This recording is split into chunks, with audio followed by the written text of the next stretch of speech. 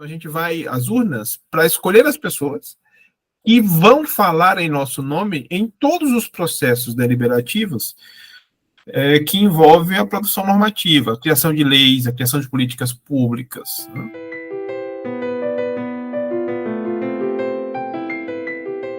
É nessa perspectiva que eu quero identificar se aquele meu candidato, aquela minha candidata, como aquela pessoa encara o trabalho, como ela utiliza o trabalho e como ela se apropria do trabalho.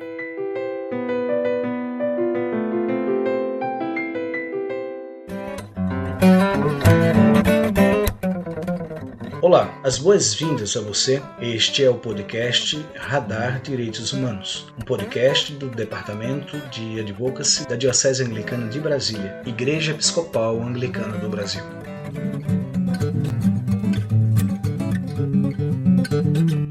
Eu sou Isaías Torquato, sou um homem nordestino pernambucano de baixa estatura, sou negro, tenho cabelo crespo, uso óculos, tenho barba. E hoje eu tenho a satisfação de fazer as vezes do Rodrigo, substituir o Rodrigo nesse bate-papo. Na real, não é substituir, porque afinal de contas somos insubstituíveis, mas assim, ter o privilégio de conversar com o Rodrigo. Muitas vezes as pessoas estão aqui ouvindo semanalmente o Rodrigo Spilka falar, mas não sabe as ideias do Rodrigo, não sabe quem de fato é Rodrigo. E aí, essa semana, vamos fazer uma coisa diferente, Rodrigo. Vamos parar para a gente conversar entre nós e apresentar algumas conversas para quem nos escuta semanalmente no Radar Direitos Humanos. E tenho o privilégio de conversar com o Rodrigo sobre as temáticas voltadas para a política. Nós estamos há 24 horas aproximadamente das eleições no Brasil, então a gente vai conversar aqui sobre cidadania, democracia, direito ao voto, laicidade do Estado, respeito às diversidades, enfrentamento às intolerâncias, e é uma satisfação imensa, Rodrigo, estar contigo, sabendo que você vai nos ajudar agora nesse bate-papo a pensar os nossos direitos. Olha, Isaías, eu que agradeço poder conversar contigo sobre essa temática tão importante que envolve o acesso, o exercício, o desenvolvimento, o avanço da democracia. Sobre a minha autodescrição, eu diria que sou um homem branco, recifense, de estatura elevada, alto. Uso barba, não tenho cabelos, já os perdi há alguns anos. Atualmente nesse momento da gravação, eu estou aqui no escritório da minha residência, uma sala com estantes de livros e mobília geral de um escritório. Rodrigo, pensando essa autodescrição da gente poderia dizer que é quase irmãos gêmeos, né? Eu tenho 1,58 m, você quase 2 metros. Eu sempre lembro daquele filme, acho que anos 90, talvez, Irmãos Gêmeos, que tem o Arnold Schwarzenegger e o Danny DeVito. Exatamente. Essa é uma boa configuração da gente. Não que eu tenha a compreensão física do Arnold Schwarzenegger, mas... comparativamente, em termos de estatura, talvez aquele cartaz.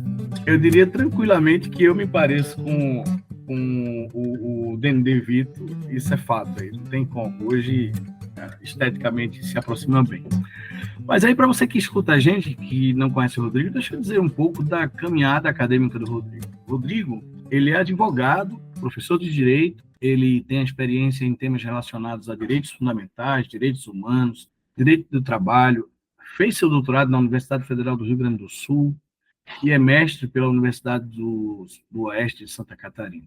Ele é a pessoa responsável na Diocese Anglicana de Brasília pelo Departamento de Advocacy de Direitos Humanos, tem especializações e é capacitado nessa perspectiva da advocacia de direitos humanos. A sua trajetória acadêmica é muito robusta, você pode dar uma bugada aí, como se diz, e encontrar vários temas que o Rodrigo pesquisa, como relações de trabalho, teletrabalho, responsabilidade civil do empregador, pandemia e Covid-19, ou seja, a gente está com a pessoa adequada, a gente tem alguém que apresenta o Radar Direitos Humanos toda semana com muita qualidade, e a gente está aqui, data vênia, doutor Rodrigo, fazendo a oportunidade de conversar como numa mesa de bar, batendo o maior papo, tomando aquela cervejinha gelada, mas com a satisfação, sobretudo, para além desses títulos e rótulos todos, e do reconhecimento acadêmico que você tem, mas, sobretudo, do privilégio de sentar e tomar uma cerveja junto, beleza? Então, você que está aí do outro lado ouvindo a gente, sinta-se assim, dessa forma, batendo papo comigo, com o Rodrigo, sobre direitos, beleza?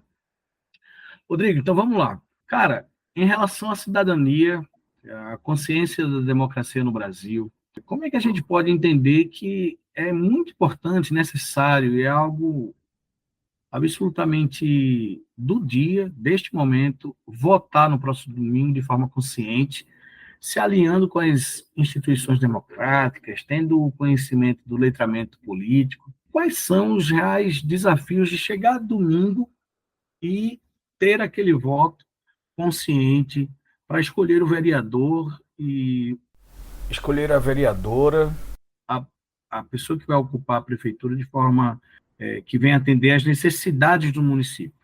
Acho que, em primeiro lugar, nós precisamos entender que o processo eleitoral ele não se encerra em si mesmo. O que eu quero dizer com isso?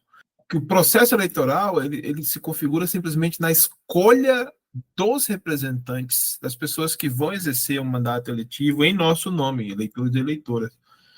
Mas que ele não se encerra em si mesmo porque é o início desse processo de representação. Então a gente vai às urnas para escolher as pessoas que vão falar em nosso nome em todos os processos deliberativos que envolvem a produção normativa, a criação de leis, a criação de políticas públicas. Né? Então, quando a gente percebe que a eleição ela não se encerra naquele momento em que a gente deposita o voto na urna, mas que, na verdade, ela é o início de um processo que vai durar toda uma legislatura. As pessoas que a gente escolhe, elas vão continuar falando em nosso nome durante os próximos 4 anos. Então, elas vão, quando a gente fala, então, de eleições municipais, né, nós vamos escolher aí prefeito, prefeita, vereadores e vereadoras, e são essas pessoas que vão conduzir os rumos da nossa cidade. O local onde nós moramos, o local onde nós trabalhamos, onde desenvolvemos nossos afetos e desafetos também. O espaço público no qual nós vamos buscar lazer, locomoção, o espaço público no qual nós vamos exercer as nossas vidas como um todo. Essa é a primeira questão que eu quero destacar. Não devemos participar do processo eleitoral como se fosse apenas uma festa que se encerra no dia da votação ou no segundo turno. Né? O nosso dever ali vai muito além.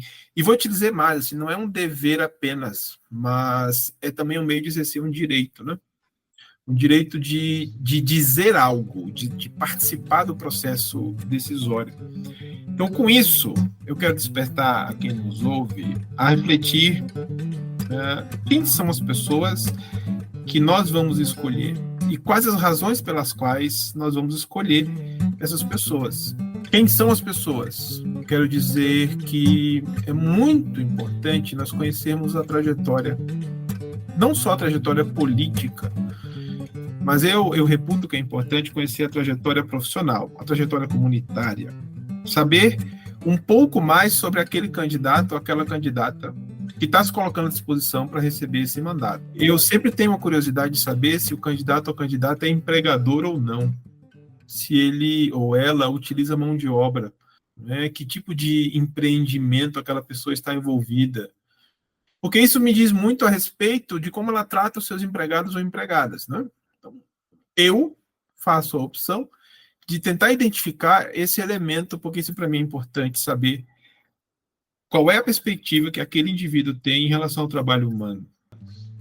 Porque eu reputo o trabalho humano talvez como o elemento mais importante de afirmação social. Nós, que somos trabalhadores e trabalhadoras, colocamos nossa força de trabalho a serviço de quem quer que seja, precisamos entender que nós somos uma classe.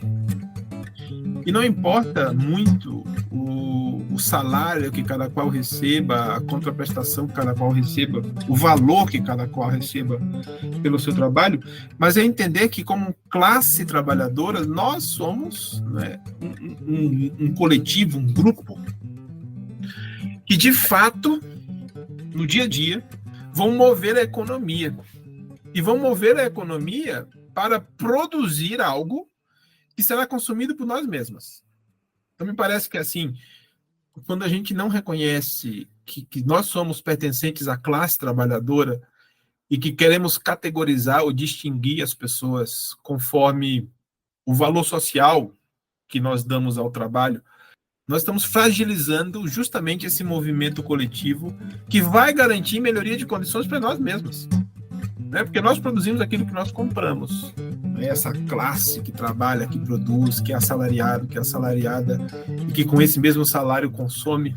Então, é nessa perspectiva que eu quero identificar se aquele meu candidato, aquela minha candidata, como aquela pessoa encara o trabalho, como ela utiliza o trabalho e como ela se apropria do trabalho, das leis que vão discutir condições de trabalho. E nesse momento que essa pessoa estiver lá num debate sobre condições de trabalho, a perspectiva que ela mesma tem do trabalho, ela vai influenciar, não é? Ela Sim. vai influenciar o resultado, vai influenciar as discussões e a conjuntura de forças que efetivamente vai culminar em uma política. Uma pessoa que trabalha e é proprietária de uma empresa de engenharia civil, provavelmente ela vai propiciar ou vai favorecer leis que ajudem a especulação imobiliária numa cidade, não é isso? Eu acho que isso é possível que aconteça, né? É difícil você generalizar que em 100% dos casos é isso que vai acontecer, Sim. mas se a pessoa integra um conglomerado empresarial e ela se beneficia desse trabalho de milhares de pessoas, não é? Dificilmente um indivíduo que tenha essa conotação ou esse envolvimento empresarial, ela dificilmente vai apoiar uma política nacional que vai ampliar direitos trabalhistas, porque isso tem um impacto direto nos interesses pessoais. E aí a segunda dimensão que talvez valha a pena a gente pensar no momento de escolher alguém para um mandato eletivo é esse contraponto entre interesses particulares e interesses da coletividade. Né? Eu nem quero aqui falar de interesse individual do Isaías ou do Rodrigo. Eu estou falando mesmo numa perspectiva de interesses particulares em contraponto com aquilo que a gente pode chamar de interesse coletivo, como, por exemplo, os direitos sociais. Eu tenho uma perspectiva crítica muito acirrada quando o poder público quer privatizar a companhia de fornecimento de água ou Sim. a companhia de fornecimento de eletricidade. Não é? E por quê?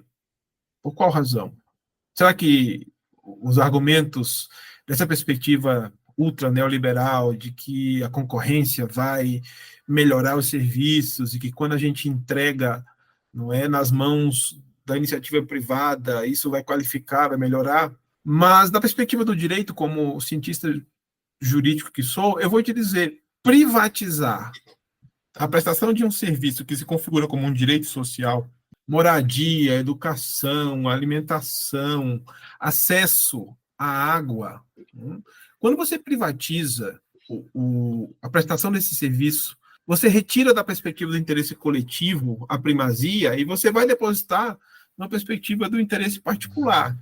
A empresa que está apresentando uma proposta para receber a concessão, para prestar esses serviços, ela não está imbuída do interesse coletivo, ela não está imbuída do interesse de prestar um relevante serviço social e de garantir que as pessoas que não podem pagar por aquele direito, que elas tenham efetivo acesso. Então essa não é a perspectiva que vai estar presente num processo licitatório.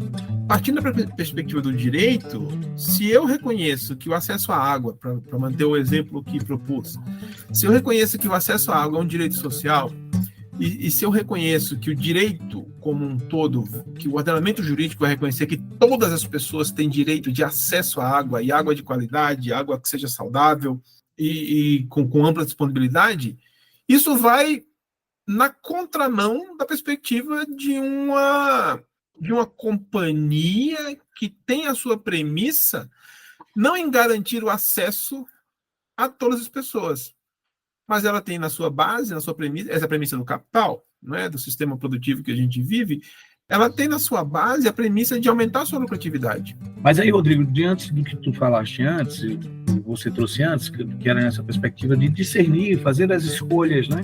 Quais são os interesses dessa pessoa, se ela é uma pessoa empregadora e como ela se relaciona com o mundo do trabalho, depois também com essa perspectiva da garantia dos direitos sociais, você cita a água. E aí eu queria também, já que a gente está no espaço da igreja, eu queria te falar assim, e se por acaso a indicação for do pastor, do bispo, do apóstolo, da liderança religiosa, e não se considere nada do que você está dizendo aí, né? O pastor lá na comunidade, lá nas periferias, reunindo 150 pessoas, o pastor bota a mão no ombro de um candidato e diz, esse é o candidato da igreja. Como é que a gente deve lidar também com essa forma de escolha? Isaías, algumas pessoas que nos ouvem, nos conhecem pessoalmente, eu e você, e sabem que nós desempenhamos uma função social que é de clérigos da Diocese Anglicana de Brasília, né, integrantes da Igreja Episcopal Anglicana do Brasil. Então, alguns vão dizer que somos pastores, outros vão dizer que somos presbíteros, mas desenvolvemos a função social de liderança religiosa. E partindo desse local de fala, eu vou te dizer que nós teríamos que tomar muito mais cuidado na escolha da nossa liderança política quando essa escolha ela vem mediante uma recomendação atrelada a uma orientação de viés religioso. A função pastoral de liderança religiosa não pode, não deve, em nenhuma circunstância, servir de plataforma ou servir de trampolim para impor às pessoas que conosco compartilham as experiências litúrgicas, as experiências místicas e espirituais, ou constranger a escolha de ninguém. Muito pelo contrário. Muito pelo contrário. Eu percebo, entendo e vivencio a minha experiência partindo da premissa que a liderança religiosa exerce uma função social extremamente relevante e deve se pautar por uma premissa ética de respeito, uma premissa de garantir liberdade, de garantir, na medida do possível, a igualdade a todas as pessoas e não de subjugar ou de dominar ninguém. Então, se alguma liderança religiosa me recomenda votar em alguém utilizando a justificativa de que aquela pessoa, de alguma forma, vai favorecer a minha religião, vai favorecer a minha ideologia religiosa, eu vou te dizer que isso configura um grave risco à democracia. Um grave risco à democracia, porque a premissa religiosa, a perspectiva religiosa, ela é contextualizada, ela é enviesada, tá? Ela é enviesada. Ela não pode ser, de forma alguma, uma premissa ou um ponto de partida sobre a qual eu vou construir uma estratégia de dominação das outras. Então, se eu vou escolher os meus candidatos ou as minhas candidatas partindo da premissa do interesse coletivo, do bem-estar, da coletividade, de uma perspectiva democrática na qual se respeita e se garante o direito a todas as pessoas, e escolher uma liderança política com base no compartilhamento de ideologia religiosa é retornar a esse interesse privado. É fazer uma escolha que, na verdade, vai privilegiar uma perspectiva individual, uma perspectiva particular. O que é um risco para a democracia, porque efetivamente nós vamos excluir outras pessoas. Né? Porque o espaço político não deve ser dominado por esses interesses particulares. O espaço político deve ser plural. Né? E a religiosidade, a gente vive no Estado laico. O Estado brasileiro precisa garantir o espaço, precisa garantir a segurança, precisa garantir o exercício, né, de todas as manifestações de religiosidade, de todas as manifestações de espiritualidade. Mas por um mandamento constitucional, pela ordem constitucional, o Estado brasileiro precisa garantir a liberdade de culto.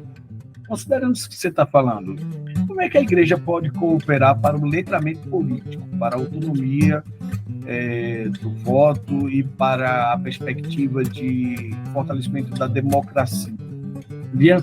que vai diante da urna eletrônica e bota lá seu único voto, né, como garantia e como perspectiva de crédito naquela pessoa que ela vai eleger. De toda forma, eu entendo, e eu queria que você me ajudasse a refletir um pouco mais sobre isso, que a igreja também pode servir como um espaço de letramento político, não? Como seria isso? Olha, eu entendo que sim, que a igreja não só pode, como deve servir como um espaço de letramento político, como um espaço de reflexão, de discussão de ideias, de discussão de plataformas políticas, porque tu bem colocaste, né? A igreja é um espaço público, é um espaço que deve agregar, reunir pessoas nas suas diversas e nas suas manifestações da mais ampla pluralidade possível. Como a igreja pode favorecer o letramento político? Acho que, em primeiro lugar, a igreja tem que reconhecer o seu papel social como instituição social e buscar se organizar como um espaço seguro para que todas as pessoas manifestem a sua perspectiva individualizada, que as pessoas manifestem, não é, a sua personalidade em segurança. Criar metodologias que vão coibir o assédio, criar metodologias que vão coibir o desgoverno, criar metodologias que vão coibir o constrangimento. Então, ser um espaço seguro significa afirmar que é, mas também se organizar para ser, né? Então, criar metodologias que favoreçam isso. Tanto metodologias que vão afastar do exercício do poder aquela pessoa que está exercendo a liderança, mas que está manipulando. Então, essa é uma forma de ser um espaço seguro, criar metodologias que vão afastar essa pessoa do exercício do poder. E também criar oportunidades para reflexão. E essa é a questão propositiva que eu quero trazer, né? Eu acho que a igreja tem um papel muito importante de criar oportunidades para reflexão acerca do que significa o interesse coletivo, do que significa o interesse particular, do que significa esse papel social para efetivamente garantir direitos a todas as pessoas. E aí eu vou te citar um exemplo muito interessante da Igreja da Inglaterra, Church of England, né? A Church of England criou uma metodologia que eles chamam de hustings. E o que eram esses hustings? Eram reuniões para que as pessoas das comunidades pudessem se reunir para debater exatamente o processo eleitoral. Então, a Igreja da Inglaterra, ela criou esses espaços, chamados de hustings, para poder fomentar o debate, para poder fomentar a discussão sobre a importância da participação dos eleitores e eleitoras no processo democrático. Em primeiro lugar, dizendo, vão votar. Acho que esse é um papel da igreja. Dizer às pessoas que sim, votar é importante. Mas, né, votar é importante, mas votar em quem? E votar por quais razões? Então, a igreja pode ser esse espaço que vai fomentar a participação no processo eleitoral, mas ela deve ser o espaço que, além de fomentar essa participação, ela também vai permitir a discussão sobre quais as pessoas que devem ocupar, não em termos de nomes, mas quais os projetos políticos que são de interesse coletivo e que são em prol do bem-estar da coletividade. Esse deve ser o papel da igreja em termos de letramento político. Rodrigo, cara, valeu. Muito obrigado aí pela oportunidade de poder conversar com você sem a impressão que me deu agora do distanciamento, né? Como se eu não conhecesse nem convivesse contigo no espaço da diocese, em encontros provinciais, nas suas vindas aqui à Paróquia Anglicana São Felipe. Então, para mim, é muito fácil dialogar contigo agora, porque assim eu me sinto muito próximo, né? Quero te agradecer pela conversa, pelo bate-papo. Espero que a gente se encontre em breve para poder fazer essas trocas presencialmente, tomando uma boa caipirinha, uma boa cerveja, comendo alguma coisa boa que se tem aqui em Goiânia ou aí em Brasília, beleza? Certamente, meu querido. É sempre uma grande alegria poder compartilhar ideais, ideias, compartilhar esperanças e, às vezes, alguma frustração e resignação que fazem parte da vida contigo. Quem está nos acompanhando até esse momento não prova muito bem o que a gente está tratando. Da necessidade de forma consciente, de forma justa, de forma ética, exercer o direito de votar. Então, acorda domingo de manhã e, claro, o desejo da gente é que no final do dia você tenha aquela alegria de ver a sua candidata, o seu candidato eleito. E aí vem a segunda parte, né, Rodrigo? Que é o monitoramento do exercício político na Câmara dos Vereadores e no Executivo Municipal. Obrigado a você que nos escutou até aqui.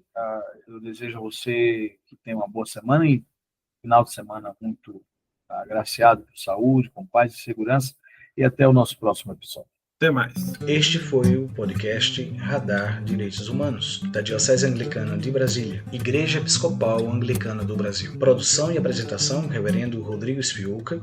Edição do Reverendo Isaías Torquato e direção-geral do Bispo Maurício Andrade. Se você quiser entrar em contato conosco, você pode nos encontrar pelas mídias sociais, no Spotify, no Google Podcast e no agregador de podcast de sua preferência, e pela hashtag Radar Direitos Humanos.